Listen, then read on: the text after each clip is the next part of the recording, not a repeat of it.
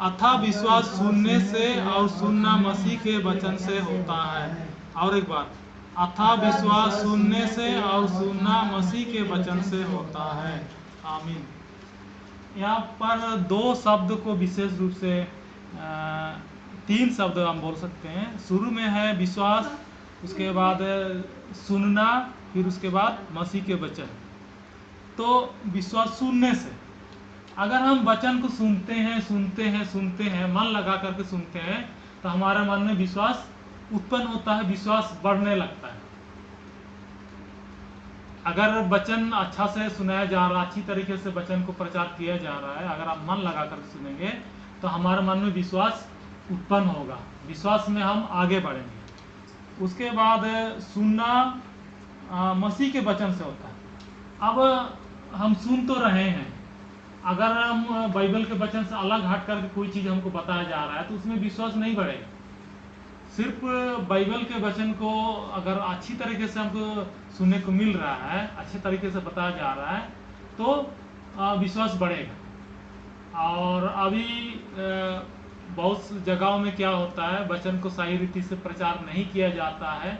इस कारण से बहुत लोग जो सुनने के लिए आते हैं या सुनते हैं, उन लोग के मन में विश्वास उत्पन्न नहीं होता, क्योंकि वचन को सही तरीके से नहीं बताया जाता है। और अगर वचन को हम सही तरीके से बताते हैं तो विश्वास उसमें उत्पन्न होगा ही, विश्वास में आगे बढ़ेगा ही बढ़ेगा। मैं गांव गया हुआ था, तो गांव के बारे में हम लोग के छोटी मंडली है, तो गांव वालों से मैं जानने का प्रयास किया था कि मंडली कैसे चल रही, क्योंकि लॉकडाउन के बीच में काफ़ी दिनों तक उन लोग से संपर्क नहीं हो पाया। तो बता रही थी, लेडीज है, तो नए नए लोग आ रहे हैं, इस प्रकार का बता रही थी। अगल बगल में जिसके घर में विरोध होता है वो लोग भी आ रहे हैं। पहले लोग विरोध कर रहे हैं, फिर बाद में वो लोग समन्वय हो रहा है, विरोध करना बंद कर रहे हैं। तो इस प्रकार का हमको बताया गया। तो मैं सोचने लगा तो बहुत अच्छा काम हो रहा है, नए लोग आ रहे हैं तो अच्छी बात है, उसको बुलाया नहीं जा रहा, अपने से आ रहा है, उसको जबरदस्ती करके बुलाया नहीं जा रहा कि आइए आइए करके, वो लोग अपने मन से आ रहे हैं, इधर उधर से आ रहे हैं। तो जब भी लोग, नए लोग जो वचन को नहीं जानते हैं, अगर एक बार सुनते हैं तो उसमें विश्वास थोड़ा सा तो उत्पन्न होगा। ऐसे नहीं कि सुन लिया, उसको उसके जीवन में कुछ काम नहीं किया, ऐसा नहीं है।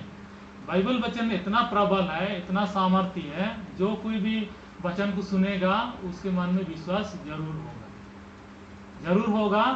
तो यही वचन है, विश्वास सुनने से और सुनना मसीह के वचन से होता है। अगर बाइबल के वचन से हट करके हम दूसरे चीज बताएंगे तो विश्वास नहीं बढ़ेगा। अभी कुछ लोग क्या करता है, बाइबल के वचन बताना छोड़ करके दूसरे का बुराई करने लग जाता है, उसमें तो ऐसा होता है, इसमें वैसा होता है। इसे बिल्कुल हमको नहीं करना है। हमको सिर्फ बाइबल में जो बातें लिखी हुई है, जो बातें बताई गई है, उसी को बताना। हम किसी दूसरे की बुराई हमको नहीं करना है।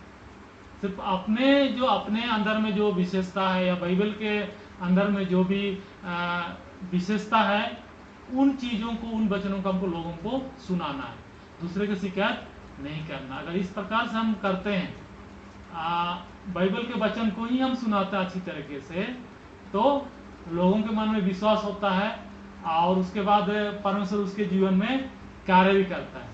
इसलिए बहुत जगह क्या होता है, बहुतों को डर लगा रहता है, अगर इसको हम उस आराधनालय में भेज देंगे तो वहीं क्या हो जाएगा। मान लिया दूसरे कलीसिया का कोई सदस्य है, दूसरे कलीसिया में अगर उसको जाने दिया जाए, अगर वहां पर एक बार भी वचन सुन लेगा तो ये हम लोग का कलीसिया छोड़ दे, उसी में चला जाएगा। ऐसे भी बहुतों का डर लगा रहता है। इसलिए कुछ कलीसिया में क्या करते हैं, मना करते हैं दूसरे कलीसिया, दूसरे जगह नहीं जाना है, दूसरे जगह आराधना में नहीं जाना, अपने कलीसिया में रहना है। हाँ, प्रार्थना करवाने पर जा सकते हैं, अगर हम बीमार हैं, परेशान हैं, तो उसके लिए हम प्रार्थना करवाने जा सकते हैं, लेकिन आराधना में शामिल नहीं होना है। क्यों? क्योंकि वहाँ का जो वचन बताने का जो तरीका है, ये इतना असरदार है कि जो भी आदमी वहाँ जाएगा उसी कलीसिया के हो जाएगा। इस प्रकार का बहुतों को डर रहता है, क्योंकि बाइबल ने हम लोगों ने पढ़ा, वचन हम लोगों ने पढ़ा कि अगर हम विश्वास से सुनते हैं ये मसीह के वचन है, तो ये हमारे जीवन में जरूर काम करता है।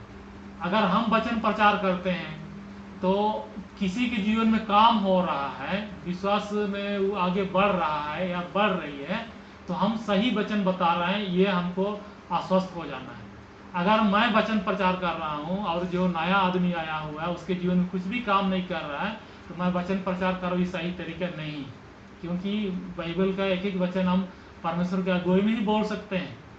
परमेश्वर की अगुवाई नहीं होती है, पवित्र आत्मा की अगुवाई नहीं होती, हम बाइबल से वचन नहीं बोल सकते हैं, यहाँ तक कि गीत भी नहीं गा सकते, यहाँ तक कि प्रार्थना भी नहीं कर सकते हैं। इसलिए जो कुछ भी हम कर रहे हैं परमेश्वर की अगुवाई है, पवित्र आत्मा की अगुवाई। इसलिए अगर वचन को हम सही तरीके से प्रचार करते हैं तो अगला के मन में यीशु मसीह के प्रति विश्वास उत्पन्न होना निश्चित है।